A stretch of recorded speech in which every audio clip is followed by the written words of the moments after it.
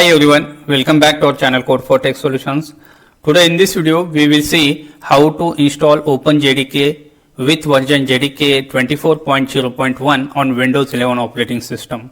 So in this step-by-step guide I will show you how you can install JDK 24 with some easy steps. Please do not forget to like, subscribe and share. So before we go ahead, let us just understand what is an OpenJDK. It's an open Java development kit. It is an open source and it's an implementation of the Java Platform Standard Edition. So due to its free, open source and zero cost nature, it is widely getting used across industry. So let us see how we can install it. We can search for jdk.java.net. And here we can open the first link which appears, and here we need to select the version which we are looking for.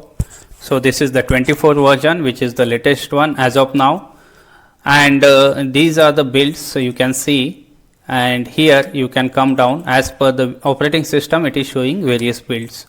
Now we are interested in Windows, so we can select this one, and here is the zip file we need to click on. Now it has started downloading this. So we can wait till it completes. Now we can see the download is complete. Now we can simply double click on this one.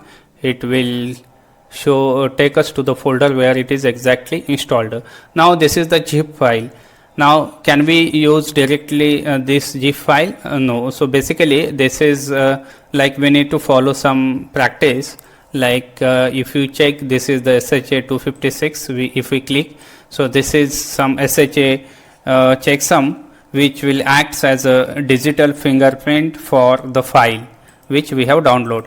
Now we need to compare our downloaded file with this checksum which has officially provided by the OpenJDK. So let us do that. For that, what we can do, we can go to the download folder. And before that, we can copy this. We can press F2 and we can copy this, and let us open the command prompt from here. Now we are at the download, and here we can use the command which is the cert util, next hash file, and here we can paste what we have copied, file name, and here we can use zip. And after that we can use SHA 256. Now it will show the exact checksum, SHA checksum. So we can copy this and compare with one which has officially provided. So if you want to do that, we can open one command prompt and we can paste that, and this is the officially provided. We can copy and paste next to that. Now we can see both are matching. So we have ensured that both are matching. Now we are good to go with the installation of this zip file. Now why we need to compare this checksum? Because with this, like, we can confirm that the file has not been corrupted, altered or tempered within the process of download. So many organizations or software vendors follow this practice to comply with the security frameworks. Now let us extract this zip file to the respective location. Let me create one folder. Now we can say Java JDK, and you can give any name to this folder, and we can extract this here.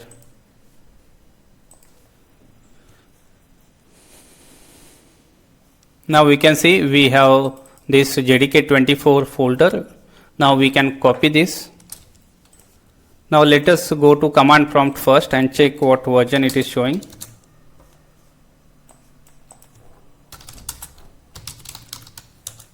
So it is not showing any version, so that means Java is not installed on our system. And if you want to cross check the operating system as well, so you can right click on this Windows icon and select the run option, and here you can print winpurge command and click on OK. So it will show the installed operating system with version on your system, like what operating system is installed, that it will show. Now this is the Windows 11, and we have ensured that Java is not installed on our system. Now next thing, it is not showing the Java version, though we have installed it successfully. What we need to do, like we need to set some environment variables. So for that we can copy this folder where our JDK is installed, and we can go to search, and here we can search for environment. So it will show the environment variable system properties, and we need to click to environment variables, and here we have user variables and system variables. We need to go to system variables, and here we can click on new.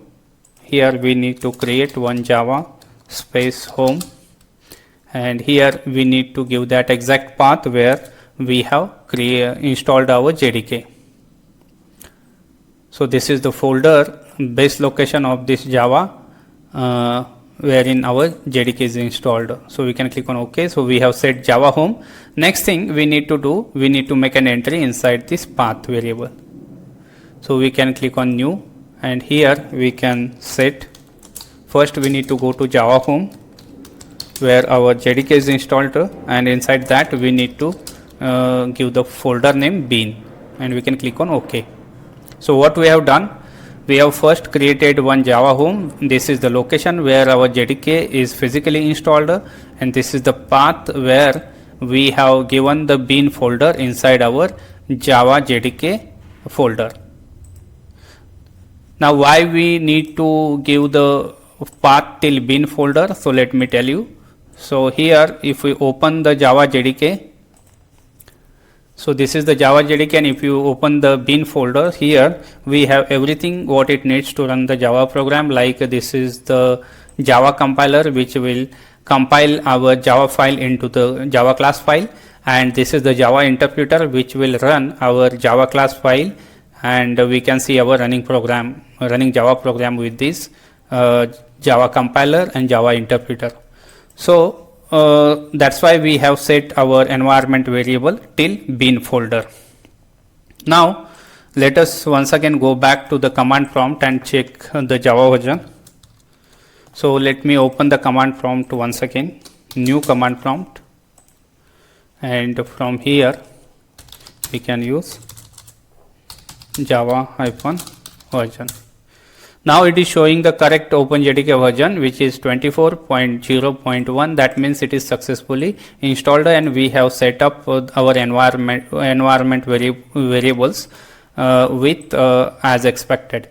Now let us create one Java program, sample Java program, and test if everything is working fine with this installed version. So let me go to this our C prompt. So here we can create one new folder with name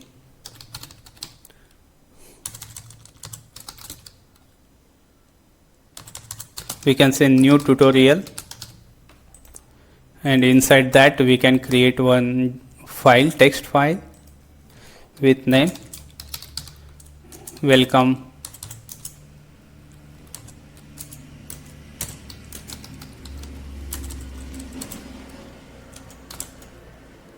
message.txt file, or by default it will be txt. We cannot directly create the Java file it here. That's why we first need to go to our open it into the Notepad++, and here we can give some class name, and make sure you are giving the class name as is like the file name. We can give welcome message, and we can write opening and closing brackets, and inside that we can write one public static void main. Inside that we can add some runtime arguments like string arguments. It's an array of string arguments, and after that inside that again opening and curly ending brackets, and we can simply write some message with system.out.print, and here we can give some message like welcome to Java programming with OpenJDK JDK 24, and we can complete the colon, bracket, and this is the semicolon to complete the statement. We can save it.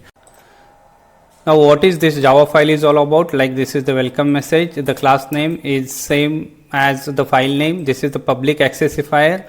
With this we can access this method outside of this class. This is the static. With that our JVM will access this method without creating an instance or object of this class. Next, this is the void. That means this method is not returning any type like integer or string.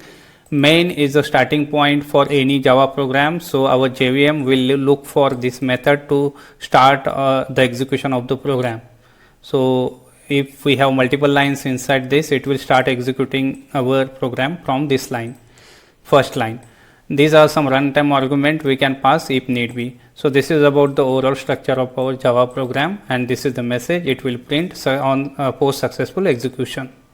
Now we need to choose the save as, because we are interested to create a Java file. So here we can select J save as type, and here we can select the Java source file. Now with this it will create the Java file. Now let us check. So we can see this is the Java source file, and earlier we have created text file.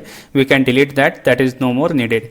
Now we have Java file. Now let us open one command prompt, and here now let us compile this. So we can use Java compiler, Java C, and we can give the file name which is welcome message.java, so that it will create the class file from this Java file.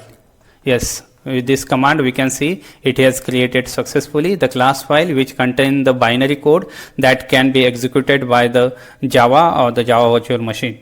So now next thing, we can run this class file using the Java. And what is the class file name, which is a welcome.message, and it is successfully showing the message which is there inside this file. So what message we have set, the same message it is showing. That means our program is working fine with the installed OpenJDK JDK 24 version. With this, I hope you must have enjoyed this. Please do not forget to like, subscribe and share. Thank you so much for watching this.